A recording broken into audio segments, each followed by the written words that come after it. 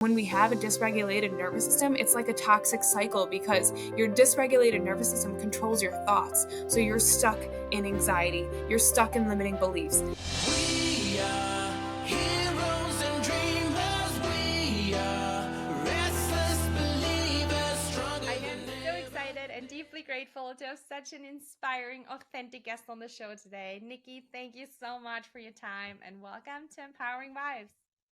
Thank you so much for having me. I'm genuinely so excited to just dive into this conversation. Me too. There's so much to learn from you. Would you like to introduce yourself? Tell us a little bit about you so we know who are we having as a guest today.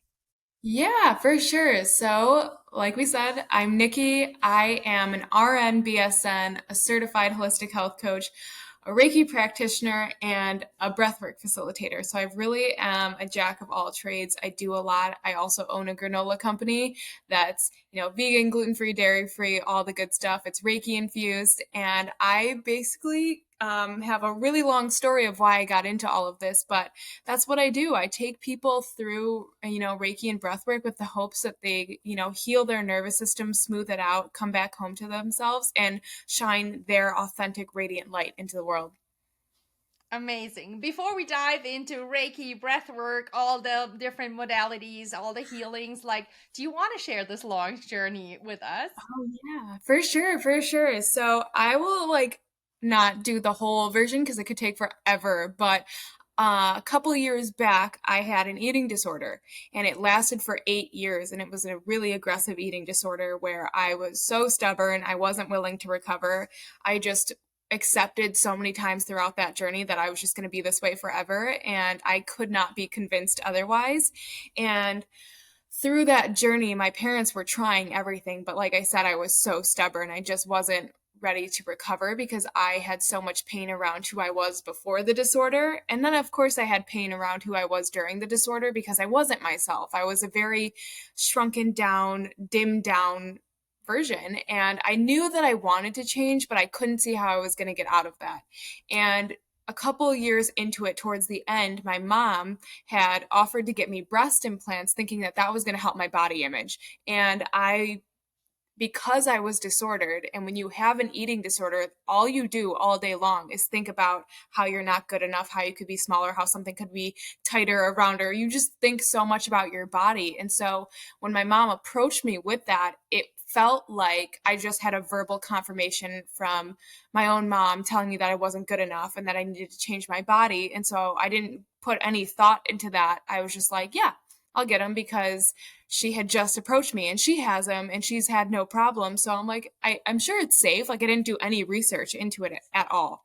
And I just remember day of the surgery, I was like, oh no, like my whole body was screaming at me, like, don't do this. Like, this isn't for you. And I was also a people pleaser. And I told the nurses there, I was like, oh, I don't think I should do this. I don't feel comfortable. I'm changing my mind. And they were like, no. They're like, you already paid for the surgery. You're here. Like, you're going to be okay. Everybody gets nervous. And I didn't want to inconvenience anyone. I didn't want to make anybody mad. So I was like, okay, which is crazy because it involves my body, but it just shows how disconnected from myself I was at the time. And so I went ahead and got the surgery, and it was terrible for so many reasons because I was so underweight when I got them. So it was like my body had a hard time healing. It was terrible. But, anyways, skip forward a couple years, I got better. I was fine with the breast implants, and I actually did recover from my eating disorder. And at this point in my life, I felt like I was on cloud nine. I had just quit my nursing job to work for myself. I just was recovered from my disorder. Like I really felt so happy. And me and my boyfriend were about to move to North Carolina. I'm from Chicago. And so it was like this exciting time. But I just remember that I started having a lot of weird pain in my body. It started in my arm. And I remember everybody laughing at me because I immediately was like, it's my breast implants. And they're like, how is arm pain related to your breast implants? I'm like, no, I just know. I know it is. And everybody was making fun of me. They're like, you're too much. Like, you're just freaking out. Like, calm down. It's not your breast implants. And I was like, whatever. but it quickly progressed from like arm pain to my whole body, where I wasn't even able to get out of bed because I was in so much pain. And I was like, something is wrong. Like, I don't know what's wrong with me. And I would go to the doctors, blood tests were fine. They're like, oh, you just have IBS. And I'm like, I don't think IBS is causing me to have this much full body pain. And so things just started not going well, but I still moved to North Carolina anyway. And the day that I moved in, my whole body shut down. It was like a total nervous system collapse. My digestive system was not doing anything. I was in so much pain, physically, emotionally. Had to go to the chiropractor 3 times a week just to be able to walk, because if I didn't go, I would just lay on the floor all day with heating pads all over my body. I was in so much pain. And during that time, all these things were coming up, like old memories that I had forgotten about. And I didn't know, I didn't have the language. I wasn't super into spirituality at the time. So I didn't know I was having a spiritual awakening, but all these things were like coming up and I'm like, what is happening? And it was like the universe was like, we're no longer going to like push you towards your path. We're going to full on shove you into a new path, because I was so unaligned in my life. And I can see that now. And I can see why all of that had to happen, because I was not in alignment with who I was. Like, the eating disorder version of me was not all I had to offer to the world. It was a smaller body. And so really what happened during that time was the chiropractor and his wife, who was an acupuncturist that I was going to, they were the ones who were like, I think you have breast implant illness. And I'm like, I don't even know what that is. And so I went home and I like looked up breast implant illness, and I had all of the symptoms that you could have. And there's over 100 symptoms of breast implant illness. And I had majority of them. And within a month, I had them taken out. And from there, I went on this huge healing journey, because breast implant illness affects every single organ system in your body. So my body was done. Like, my liver was sluggish, which caused gut issues. There was just a whole list of things wrong with me. And then because my immune system was so low, all of my dormant Lyme disease came out. So then I had Lyme, and then I was dealing with mold, and there was just so many things. So it's been a really long healing journey with healing my body. But because of that is how I got catapulted into a spiritual awakening journey. And that same chiropractor and acupuncturist were like, you need to go see this woman. She will help you. She helped me like more than they just had no words for this woman. So I go to her house not knowing who I was going to. I literally thought I was going to like a therapy session, and it was an energy healing session. And it was my first taste of like energy medicine. And it was insane. I mean, I left that session. During the session, we did like inner child healing and forgiving like past versions of myself, my eating disorder self. I was just doing so much healing that I have never been introduced before. And I went home that night and I got my period back for the first time in 8 years after that session. And I was like, this is the realest thing I have ever experienced in my whole entire life. And I was obsessed. I was like, what was that? What did we just do? And so skipped through a lot of stuff that happened, a lot of dark nights, because you know how people say they're going through like a dark night of the soul?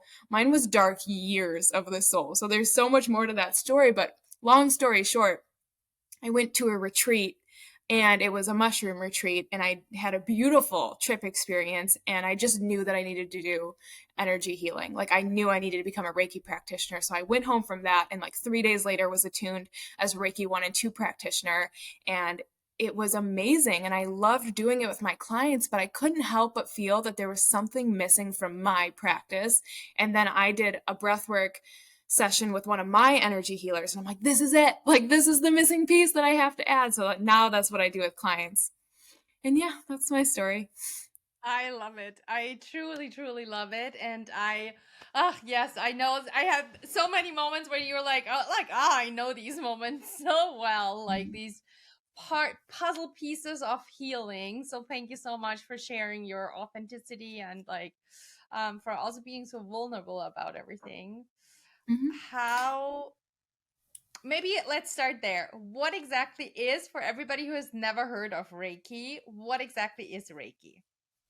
Reiki is a Japanese system of healing. And so it really is just using universal energy. And all a Reiki practitioner is doing is being a conduit, a loving conduit for that universal energy to flow through them, to flow to the recipient who is receiving it. And the recipient is the one who is in charge of healing because their cells know how to take in that universal energy. They control it. And it goes to what is the highest priority. So, really, what it is energy medicine working on the subtle energy fields of your body.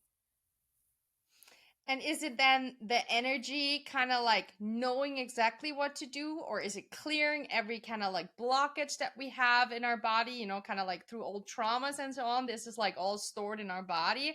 So is that being like released, or how exactly what's happening then?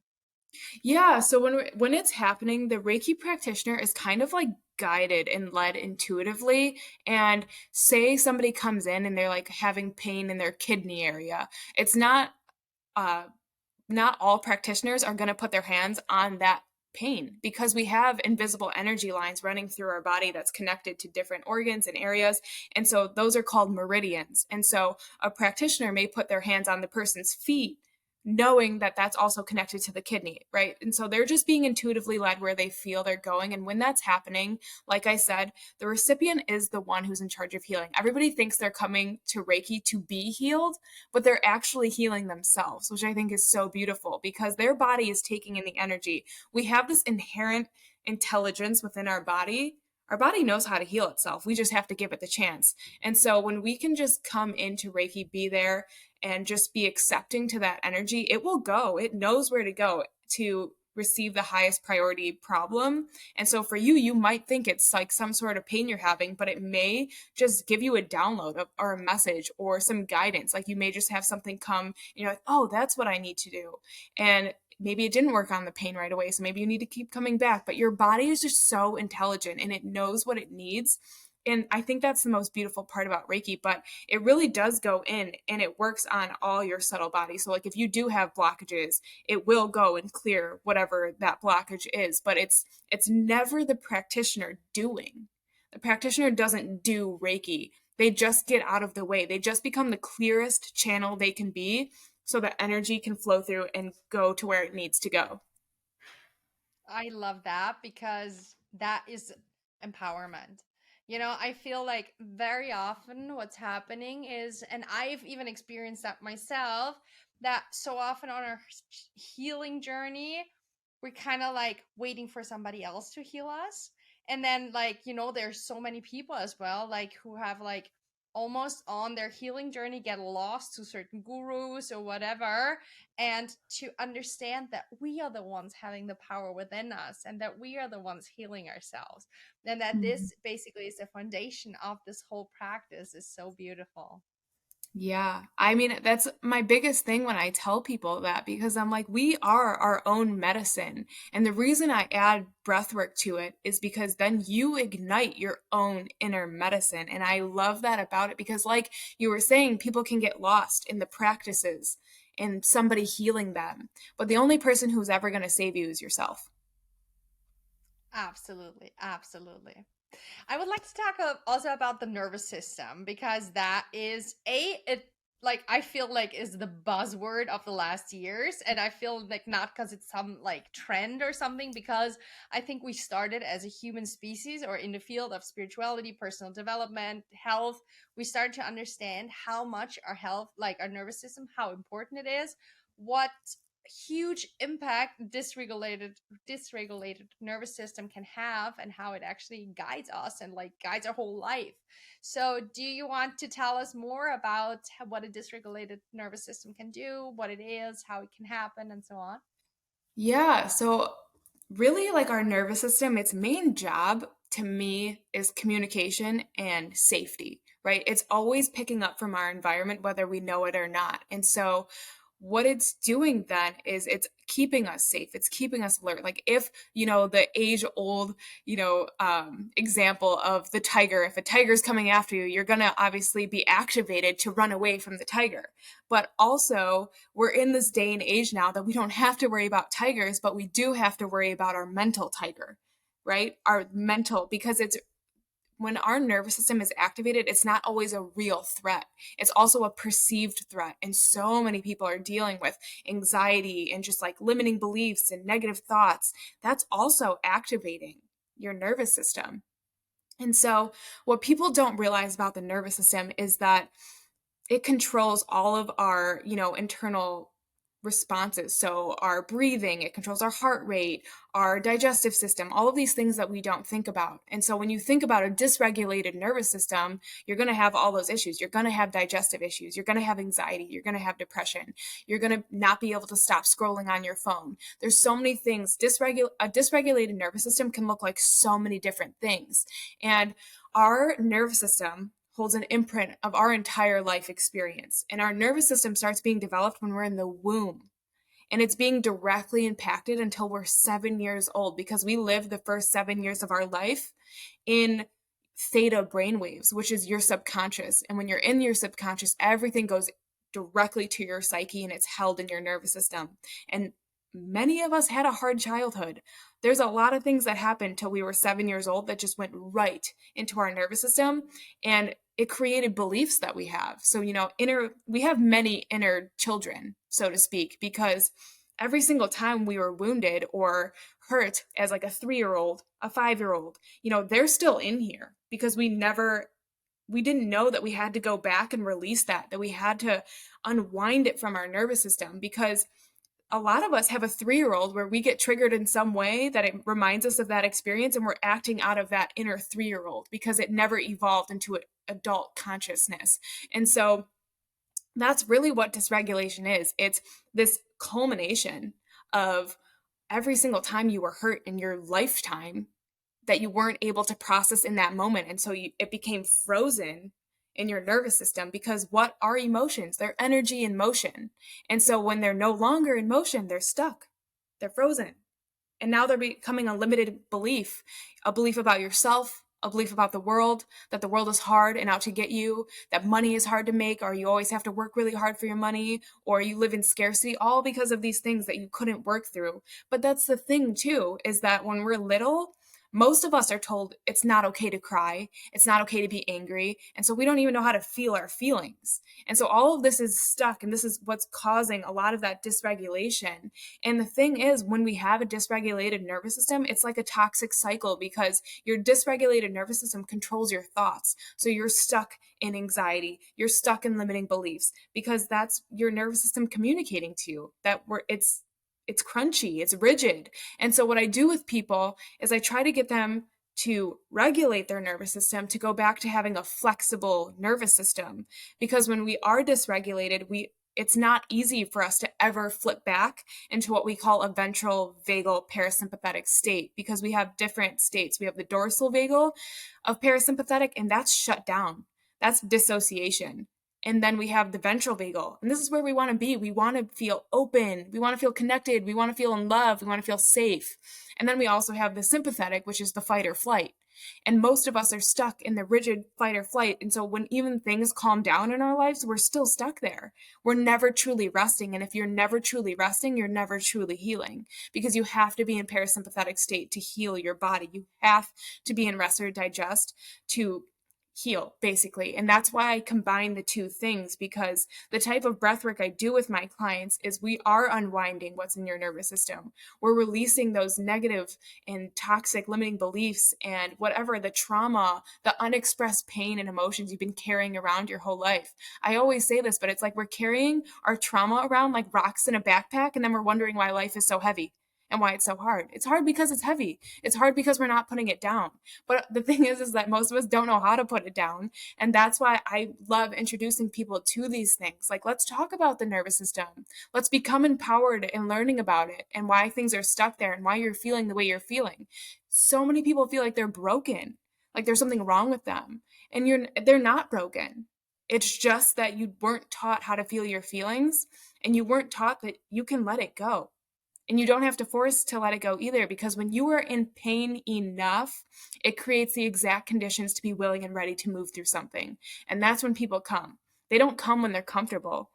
They come when they're really in pain and they're ready to move through things. And so that's why I think it's really empowering to learn about the nervous system and to learn about really important tools to help you regulate it.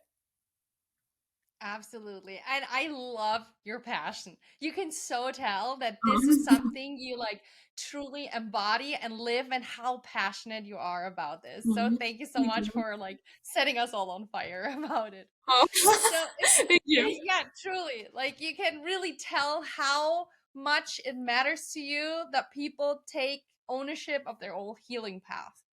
And Yeah. I 100% agree. And it's just so beautiful to see and how you like are expressing it and how much you care. Yeah, and I care because I know. You know, I went through most of my life being in pain around something, whether it was the disorder or whether it was the chronic illness, and still at to this day, still having to heal my body through all of that illness because that breast implant illness thing only happened like 2.5 years ago. And so it's still a part of this healing journey. And it was along this journey where I'm like, oh my God, I've been doing it wrong. Like I've been trying to have other people heal me and trying to do all these protocols and these detoxes and trying to biohack my way to health. And that doesn't work if you have a dysregulated nervous system. Absolutely. Absolutely. I can agree 100%. And I've also like my healing journey. And the funny thing is, as well, it's like my healing journey started with talk therapy and with talking through things. And I did that for such a long time. And like, you very quickly notice your patterns. And then I feel it's been years of my whole life that I've been in the face of, I totally understand myself. I'm fully aware of myself, and yet I feel like I can't change it. And that was the point when I started to get to know all these like this body based practices. And I feel that was the point where true healing occurred. And when I got into breath work, when I started to get to work with all these modalities and to like work more with my body and a little less with our mind, which I feel like is in our society so like almost rare because we're so mind driven, and our mind is a powerful tool and so amazing, but then yet it's not everything. There's actually like a whole system, and the mind is just part of it. Yeah, I always say that too. Yeah, I was Yeah, just gonna say, beautiful. like, when I talk about healing, it really is the body. You know what I mean? It's you know how people say 80-20 for a diet? You should be like 80% healthy, 20% whatever. No, let's talk about 80% body-based work, 20% mindset work, because that's where you're going to have true healing. Because talk therapy is great, and I'll never hate on it. I'll never say don't go to talk therapy, but it's not enough. It's not enough when all of the stuff you're going through started in the body. You have to go through the body to heal. I feel like it was a beautiful beginning because there were truly things that I started to like when it was like about self love. I'm like, what exactly is self love? Like that's Yeah. where I came from. So when I started to understand, okay, certain patterns in my life or in my behavior and so on, like that it was, or how I felt about myself, it was a lack of self worth and self love. Like, okay, learning that was a huge thing because I came truly from something where I was like, I was very interested in psychology, but understanding these concepts of self-care, self-love, like self-worth and so on, this was all like, I know, like, it was like self-love, like I was almost mixing it up with being narcissistic or kind of like so Mhm. like kind of like over the top in love with yourself. And it Yeah. really took years till I understood a healthy dose of self-love and so on. But then yet you can love yourself, I think, only to the degree of, as you say, like a regulated nervous system. Because if you don't feel safe, like what is everything else doing? Like if we feel like basically every day all day long like there is the tiger you're talking about like behind us, and it might any second, and it's just like for us it's like maybe the bills, maybe that's whatever, some work related things and so on, but we feel like there's a constant threat, and that's what we need to heal. So Yeah. for somebody who's noticing, who's struggling with depression, who's struggling with anxiety, or any of these symptoms, or it might also be just the constant go, go, go, what would you say? How can this person approach his or her healing journey? Yeah, I would say that if you're dealing with anxiety, you're dealing with depression, notice that that doesn't mean that anything's wrong with you. I think I dealt with anxiety and depression for a long time, and I just thought I was broken. I think there's a huge narrative around people who have anxiety and depression that like my brain is broken or I don't have enough serotonin or whatever they think, which really now we know has nothing to do with it. And I invite you to look at it like anxiety and depression is like a signal, a little flag saying, hey, something's not right, something needs to change, and not band-aiding it. I think for a lot of us, when we have anxiety and depression, the immediate thing, obviously, is to go numb it or to dissociate or to take pills. And I'm not hating at all on antidepressants or anti-anxiolytics because I think those really help. But at the same time, it's like they're not meant to be band-aided.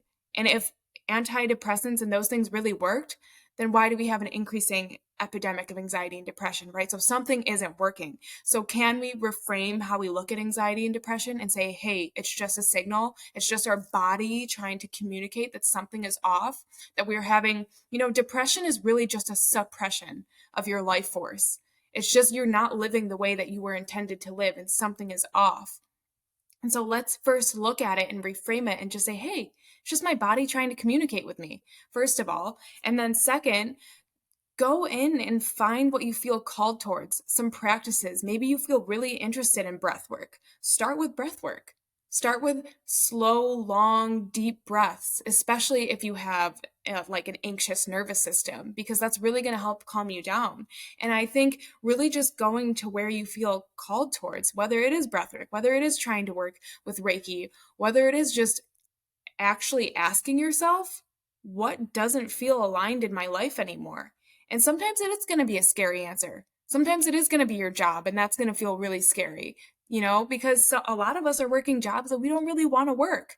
And our job is like most of our life. And so we're spending so much of our time doing something we absolutely hate. Of course, you're suppressing your life force. Of course, you don't feel good.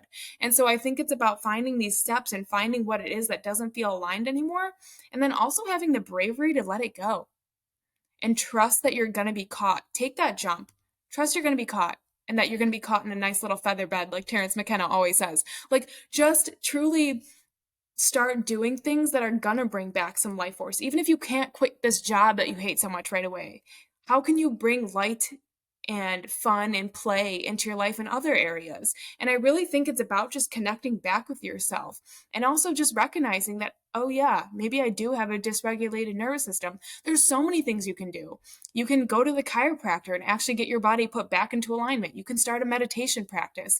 You can stay off your phone a little bit more because electronics and blue light are really hard on the nervous system. It's like really simple things. I mean, the average American spends 9 hours a day on their phone. So it's like, can you cut down your phone time a little bit? Because our phones and social media are designed to make you anxious. They're designed to keep you hooked. And so it's like, can you limit that screen time? Can you get more sunlight? Can you drink more water? Can you do things that take some of the heaviness off of your nervous system? Maybe that's cutting out toxic friends that you don't really align with anymore. Maybe it's not watching horror movies or things that get you activated anymore. Maybe it's stop engaging in conversations that have gossip, or maybe it's stop drinking alcohol. Like, really just finding what is no longer serving your lifestyle and starting to cut some of these things down and doing really simple things like getting more sunlight and drinking water. Sometimes we think we have to go to all the expensive things and do all these things, but really it's like there's so many free things that you can do. Your breath, using your breath is free. That's free medicine. And getting more sunlight, that's free. Drinking more water, adding a little bit of sea salt into your water so that you're actually being hydrated. I mean, there's really little things that we can do with anxiety and depression, but we aren't being told that. We're just sold the narrative that something's wrong with you and now you need a pill. Absolutely. Absolutely. And I feel like we know intuitively what's helping us and what's not. And Exactly. we have this, I just feel sometimes when people struggle with depression or anxiety, it's so numb that it's very hard for them to access. That they feel so much, that there's so much up in their head that they're so cut off from their intuition. And I think then it's exactly those tips that you say and just trying them out and then seeing how do I feel afterwards. And then Yeah. if I feel better, like, hey, I keep incorporating that more into my life. Yeah, exactly. All healing is really is trial and error. It's just doing the things that you know intuitively that you need to cut out or that you need to start doing and just trying. I mean, it's never going to be like this huge 180 flip where you do something and then you're going to be healed the next day. And so I think it's really important that if you're somebody who is in the deep depression or you're in the deep anxiety, like just admitting, hey, I need help, then go get help in whatever way that feels called towards you, whether it is therapy or whether it's just talking to a friend or whether it is finding energy medicine and just trying, because you're never going to know if it works if you don't try. Did you struggle? Like I myself struggled with depression, and one of the biggest thing for me was the shame around having mental health problems. Like, Mm. did you experience those too? And if so, what helped you to overcome them? Yeah, I went through definitely very dark, depressive periods in my life where literally all I would do was just like lay in bed. And I think for me, and it's going to be different for everybody, I think, but for me, I really just felt this intuitive, like knowing that I was meant for more. And slowly over time, I just kept listening to like I was meant for more and just knowing it because it was so clear that I was meant to do something. I didn't know what that looked like. I didn't know I was going to go into Reiki, but I really just started to challenge myself to change some of the things I was doing because in that period, I would be what we would call in that dorsal vagal state. I was in complete shutdown. Like my body didn't want to do anything and I was just tired. And that's because I was just lacking. I was suppressing my own life force. And so sometimes when we're in that dorsal vagal shutdown, you need this huge sympathetic surge, which sometimes looks like, expressing a lot of freaking anger and just letting the anger come out so you can get back to being at your balance again and becoming regulated. So for me, I really just challenged myself to start changing habits, to instead of just watching TV to go to bed, turn off the TV and then turn on a red light and then read for a little bit before bed. And it was just like really small. I'd read for like 10 minutes and that was good enough for me. And then I've started to I asked for help. I got an energy healer and I just worked with her and I thought we were just going to be doing Reiki, but she's like, let's try breath work. And it blew me out of my body.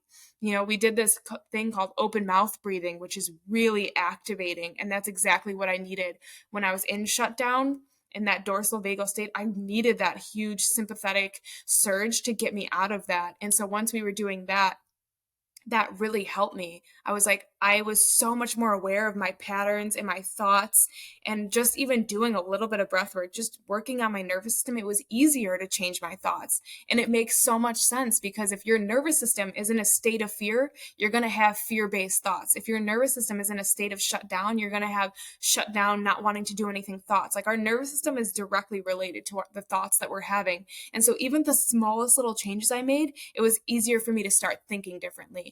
And so that's what I would say. Don't try to, climb Everest. Just plan and start doing one small little thing every day to change. And don't, because I know when you're in really deep depressive episodes, it's really hard to do anything. It's hard to brush your teeth. It's hard to get out of bed. Just do the smallest little thing you can do. You don't have to try and like get through the whole day doing like all these crazy things and all these new activities, whether it's breathwork or meditation. Just pick something and just stick with that until it's like a cemented part of your routine, and then pick something else and just take the smallest little steps. I feel like it's always the small step who really, really make a change because everything else is not really sustainable. And Mm-mm. even though we feel like when we're like unsatisfied with our life or something, like I need to change something, everything needs to change and so on, it's actually the small things and that really, really stick and that really make the big difference. We just can't see it. It doesn't happen within a week, but that's what we're used to, like instant gratification. I know. I know it really is. The name of the game is consistency with everything, especially when it comes to healing your nervous system. If you've had a dysregulated nervous system for years, it's going to take a hot minute to regulate it. It's going to take time and commitment, consistency, and patience to really heal your nervous system. And that is not to disempower anybody, but we are so used to the instant gratification. We're so used to it happening right now. We're like, I want to be over there. And we don't even take the first step. We just want to do this massive jump. And it's like, it's really about the small little things that you do every single day that's going to add up to a huge healing success journey for yourself. Absolutely. So, what are the small things that you do personally on a daily basis? Oh my gosh. I am all about morning routines because I've always been a morning person from when I was little. I just love being up early. So I'm selfish with myself in the morning. And I think everybody should be really selfish with themselves in the morning because we have so much going on in our lives that you need to start the morning being in your own energy. You need to start the morning not on your phone, not looking at blue light because one, that's bad for your nervous system, but two, when we're getting the reason why we wake up in the morning is because we have this huge cortisol spike which gets us up, and it's like if you go directly to your phone you are just continuing to spike those stress hormones, that cortisol. So it's like stay off your phone if you can first thing in the morning. And for me, what I do is I do breath work in the morning and then immediately after go into a meditation. There's a wonderful app called Open. I don't know if you're familiar with it, but it has breath work, it has meditation, it has yoga, it has Pilates. It's a really beautiful app. And I just go straight into that app and I just turn or do some breath work and then go into meditation. And then I also take care of my body. I stretch every single day. I have a vibration plate, which helps your lymph move. So I use my vibration plate.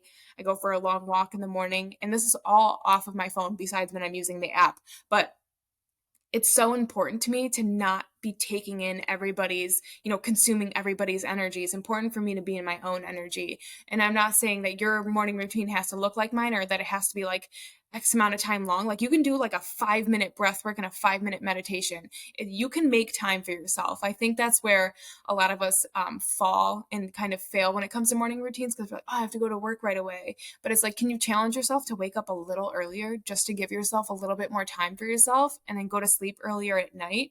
And I really think it's just about a ton of self-care, especially as Reiki practitioners, though. Like we need to keep up on regular self-care because we're always working with people. And like I said in the beginning, we have to be the clearest channel possible. So regular self-care is so important for us, but for everybody in general.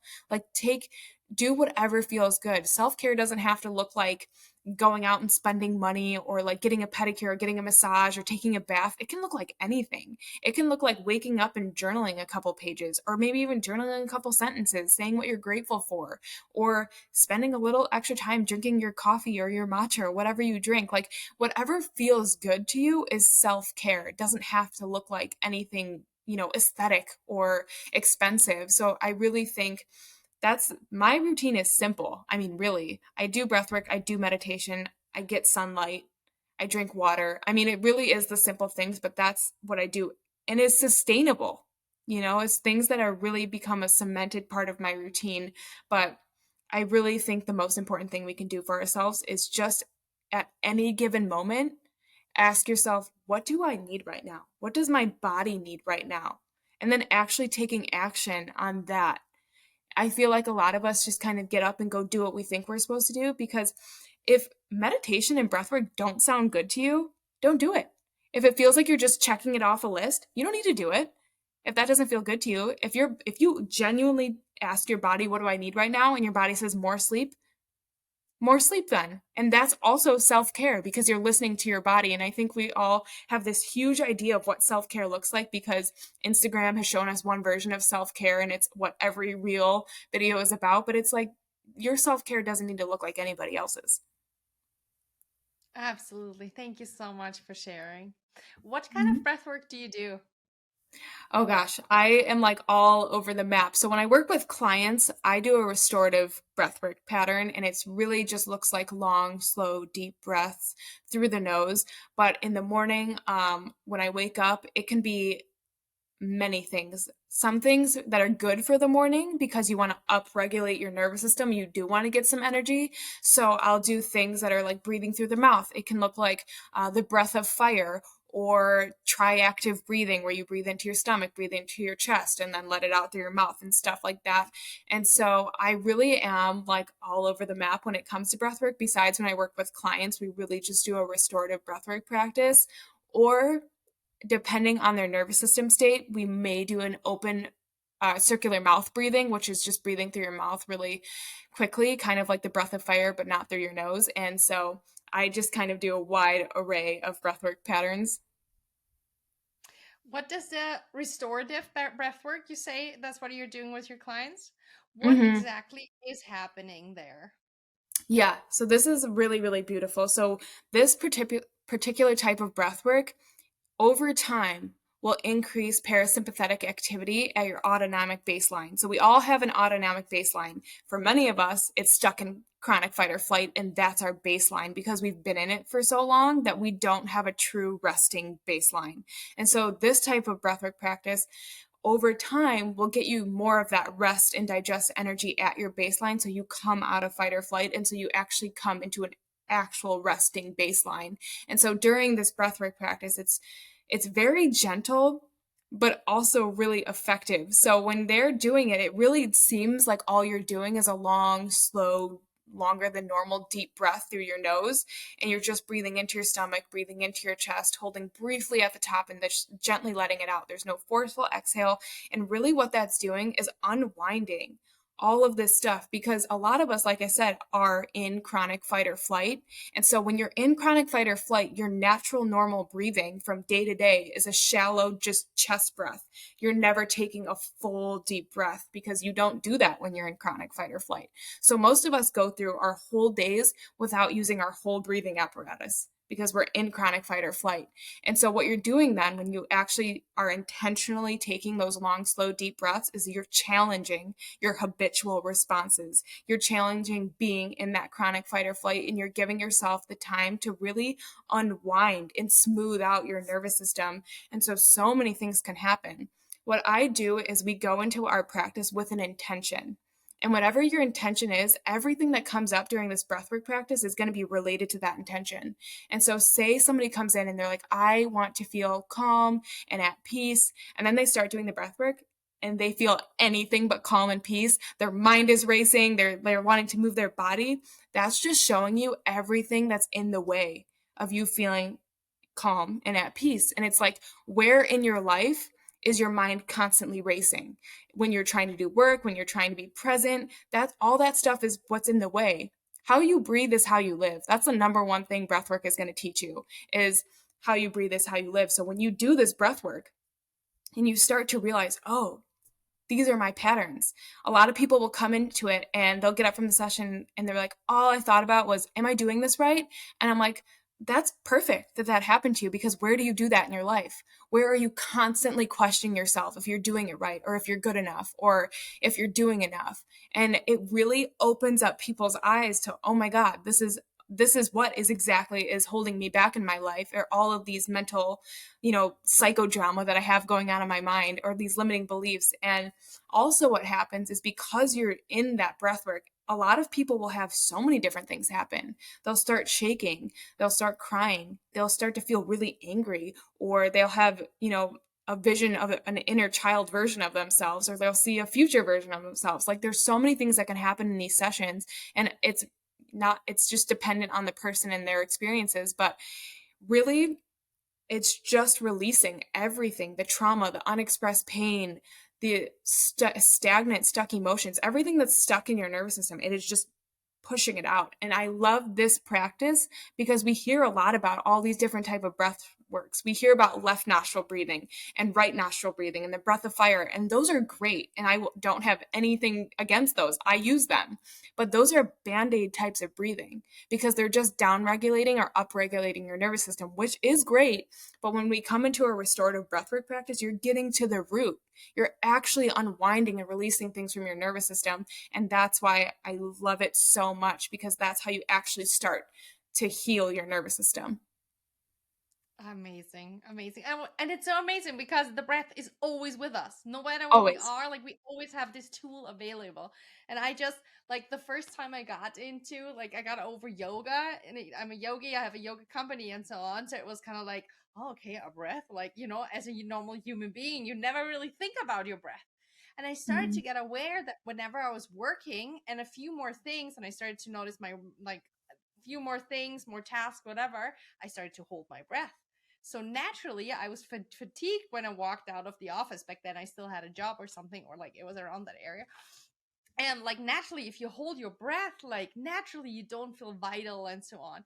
And to start to just deep belly breathing, like how much that calms your like mind and your whole system, it's so fascinating. I know. It's just crazy because, like you said, I mean, we have our breath with us always. We've just forgotten how to use it in a medicinal way. We just forgot that it is medicine, that it can heal us. And so it's like so beautiful to see so many people integrating breathwork back into their day to day life and their routine. But when you really get down to it, like there's so many benefits of using our breath. It alkalizes our body, it literally brings down our pH, which is so important for our body. It makes us more clear. It brings more oxygen to our cells. Like there's so many benefits of breath work that it's like, it's so wild that, most of us go. I mean, I remember like even a year ago, I don't think I ever stopped to take a couple deep breaths. Like I was just going through my day in fight or flight, always doing this and that. And it's like when you start to just slow down and tap in, and you can really go to higher states of consciousness when you're really there with your breath and just in it. And so it really is so empowering to know that you have your own medicine with you at all times. Absolutely, absolutely. What would you say on your whole healing journey? What was the most important healing tool, step, or path kind of like that you took? I think when I learned that I was my own medicine, that I was my own healer, that was the most important thing that I've ever learned in my life, because from before that, I was always looking and needing somebody else to heal me.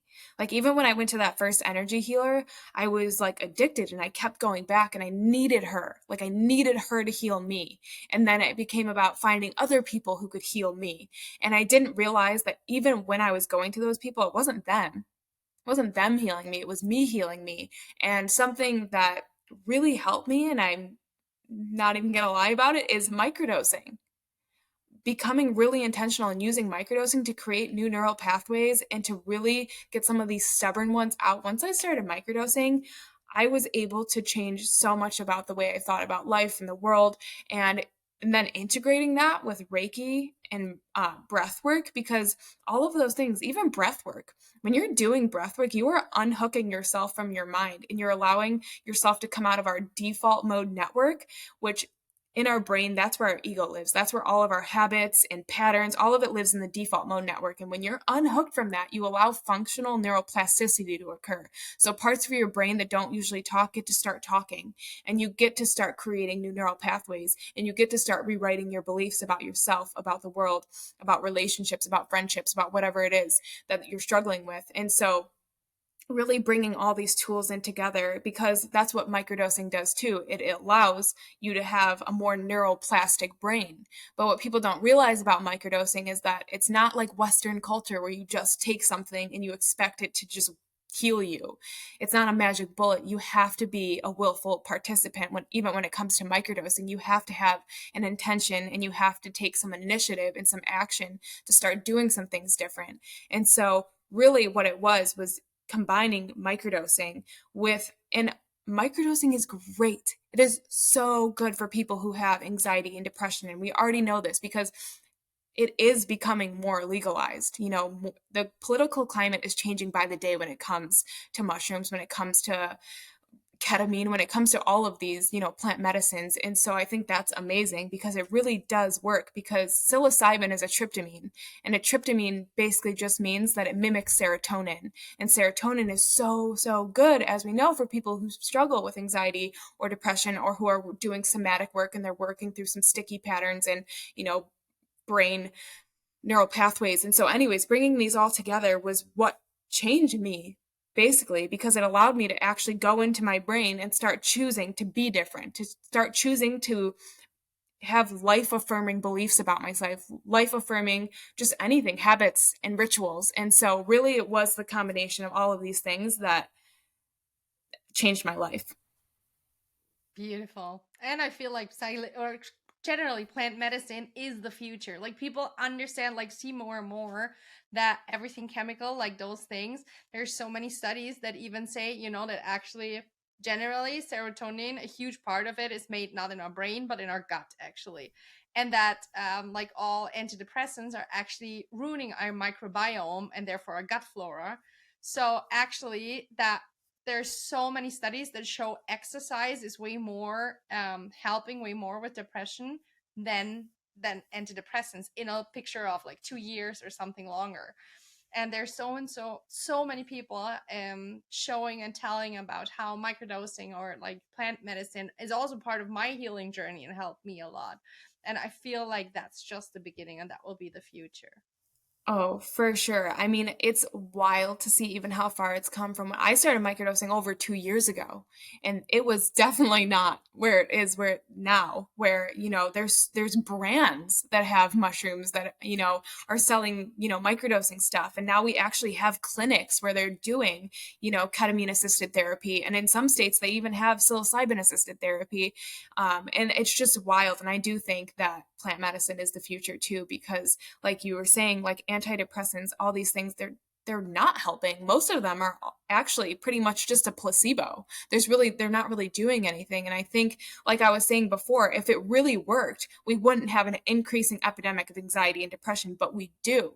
And the thing, I have not talked to a single person who has tried plant medicine that didn't tell me it was the most meaningful experience of their life, whether it was microdosing or a bigger trip. But either way, I mean, I just see so much benefit in microdosing because it's more about what you don't feel than what you do feel when it comes to microdosing. So you're not having visual disturbances and out of body experiences, but you are experiencing some of those, benefits that you would get from a trip, but in a really comfortable fashion where you are more focused, you're more productive, you are coming out of your default mode more. So that means you're dropping your ego and just letting yourself be without worrying about looking stupid or what people are going to say. Like you really just expand who you are. You let yourself be seen fully and authentically and freely. And I think, like you were saying, I do think that plant medicine is the future just because there's really not that many side effects. I mean, with antidepressants and anxiety medications, they come with a shit ton of side effects. You don't see that with plant medicine. But also, right now, the government doesn't get the benefit of plant medicine because at least they're benefiting off, all the money that comes from big pharma. And so that's the reason why, whatever, we could talk about that forever because it gets me so heated, but it's just like, it's crazy because it really is going to be the future. I know it. Absolutely, absolutely. And that's why it's so important that we're having these conversations. And that's why I'm so, so grateful for your time and for sharing like your deep knowledge and really explaining everything in so much detail and with so much biological background and so on. So people who might like be not very familiar with those things yet and like that they can really take it. So thank you so much for your time. Thank you so much for you Yeah. being, and thank you so much for being on Empowering Vibes. Oh, thank you so much for having me. I can't even believe an hour went by already. I'm like, I could talk forever. But thank you so much for having Absolutely, me. absolutely. We will do a part two. Oh, I love that. Now, I would like to know from you, what was your biggest takeaway and how can you put it into action starting now? Leave a comment below or hop over to Instagram at HannahWiz_ and leave a comment under the post of today's episode. Thank you so much for watching and never forget to shine your light.